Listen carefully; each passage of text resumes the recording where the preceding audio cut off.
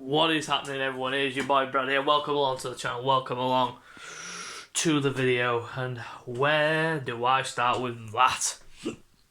Literally, I had to do it tonight. I had to do the player ratings and my reaction video tonight because I just wanted to get it out of my system. I wanted to blow the roof off this because literally, oh my god, where the bloody hell do I start with that? Literally. Going into that game, I knew it was going to be tough. West Ham, 5th in the table, doing really well under David Moyes, playing some really good football. Jesse Lingard's back in form, as usual, but it is what it is. And, yep, it was a phenomenal game in the end. It ended 3-3.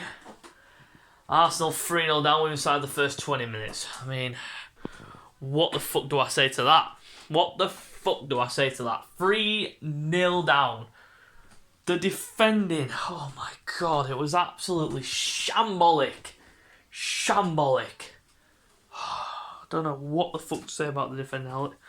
I'm still rattled over it. I'm still trying to get my head round what the fuck I actually watched, because it was a game of two halves.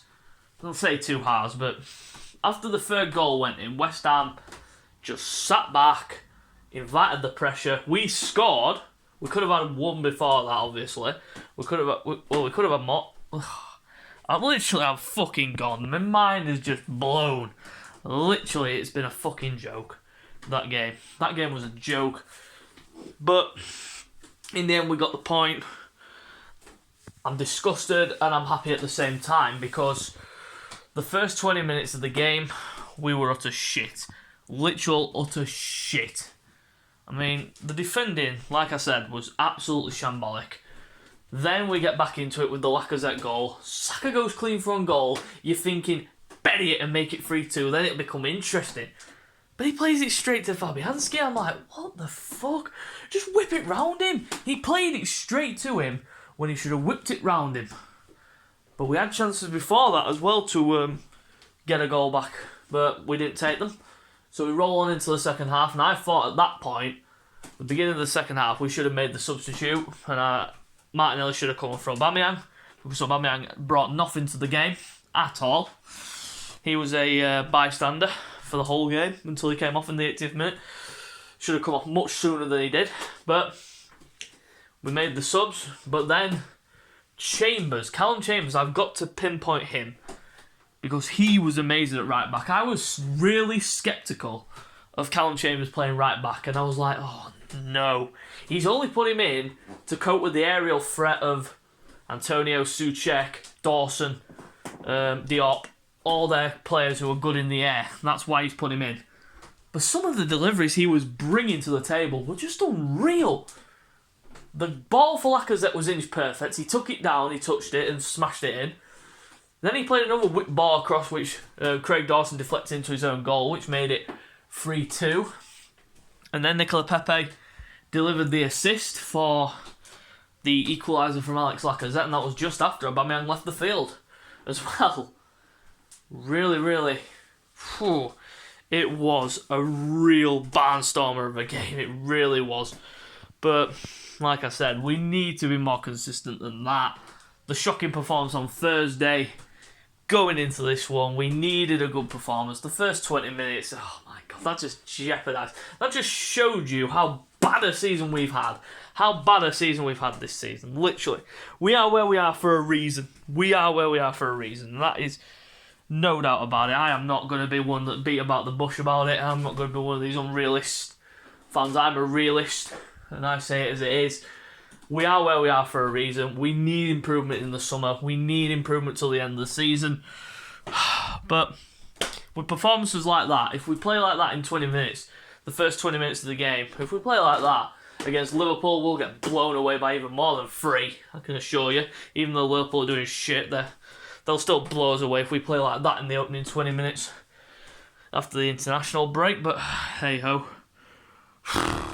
Well, like I said, the second half comeback was justified because we played much better in the second half. The football was good. But I gotta pinpoint another player. Lacazette was good. Chambers was good. Odegaard, he ran the show in the creative midfield spot. That is exactly why we need to bring this boy in on a permanent. We need to bring him in on a permanent from Real Madrid because of that. He was phenomenal. The touches, some of the skills that he was producing, some of the feints, the play, the passes. Jesus Christ, it was like Mesut Ozil back in the day. When we first signed Mesut Ozil and he was creating all these waves. Odegaard is doing the exact same and I love it. And I love to see it. But again, like I said, I don't know where I'm going to go with the player ratings, but I'm gonna have to sit down because I'm going to do these player ratings. Starting in goal, Bernd Leno. The second goal, he was shambolic for. But he made a few good saves in the second half. Antonio hit the post as well. I forgot to mention that as well. We could have been 4-2 down before it went 3-3 because Antonio hit the post. But Leno, I'm going to give him a 4 for his performance. Some good saves, but then obviously the bad mistake for the goal letting in and his near post. Couldn't do anything about the Lingard goal. Couldn't do anything about the Antonio header, which was deflected by Souček. So I give him a 4. Callum Chambers, 8. Terrific performance. Not my man of the match, but he's up there with the best of them in terms of the game today. Next up, David Luiz. He did look shaky. He did look really, really shaky. I mean, I just don't think we are going to sign. I hope we don't sign him up to a new deal. I hope not, but the way it's been going, I think he will. It'd be good. It'd be good to have him around in terms of the experience factor and such. But we need much better. So I'm going to give David a 5 for his performance. Next to him, Pablo Mari. He looked really off it. He looked really shaky. Got done up like a kipper a couple of times. 4. Kieran Tierney, not his best game for me. Not his best game, but he did burst forward a couple of times, but didn't really offer much in terms of attack like Chambers did. So I'm going to give Kieran a 5 for his performance. Defended well, but there was one moment when Kieran Tierney, he turned his back on the play like the most of the players to the free kick that Bowen scored from. Not good enough. 5 for me. In the midfield, we're going to go Thomas Partey. He ran it. He ran the midfield in terms of how he played. Turning on the ball, playing forwards, unlike Granit Xhaka who kept playing backwards. For Thomas Partey's performance, I'm going to give him a 6. He was solid enough.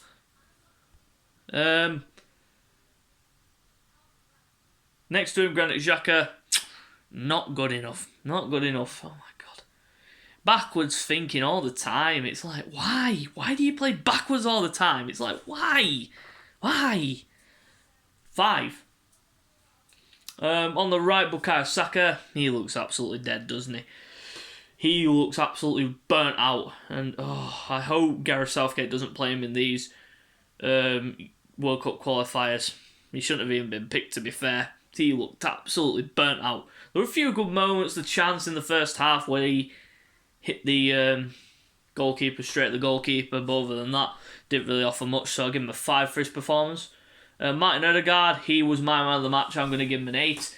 Some of the passes he was creating were, oh my God, it was beautiful to see. We need that more. We need that more. That creative style of play where you just, and running as well. He just takes on players as if they're not there. It's like watching Messi. But except it's not Messi, but it's like watching Messi. The way he takes on and dribbles through the gaps and such. It's beautiful to watch. Martin Odegaard, my man of the match today, so he gets an 8. Aubameyang, sorry to say, but it's got to be a 1 for Aubameyang. Offered absolutely nothing. There was no press or anything like that. He was just absolutely astonishing. He wasn't even astonishing. He was bystander for all the game. I'm glad he came off when he did, but he should have been off much sooner. 1 for Aubameyang. Lacazette gets an 8 as well. He was absolutely instrumental to how we played. Hold-up play was brilliant. Header for the equaliser was just, finger beauty just going up and woof. I was like there, go on, like, go for it. So he gets an 8. Coming off the bench, we had Nicola Pepe created the assist, so he gets a 6. For me, brought a bit more pace to the game as well. Offered much more than Saka, so I give him a 6. Emil Smith-Rowe didn't really do much, did he? So I give him a standard 5. Brought energy, definitely. I'll give him a 5. And the last substitute, Gabriel Martinelli, again brought energy, didn't really do much, standard 5.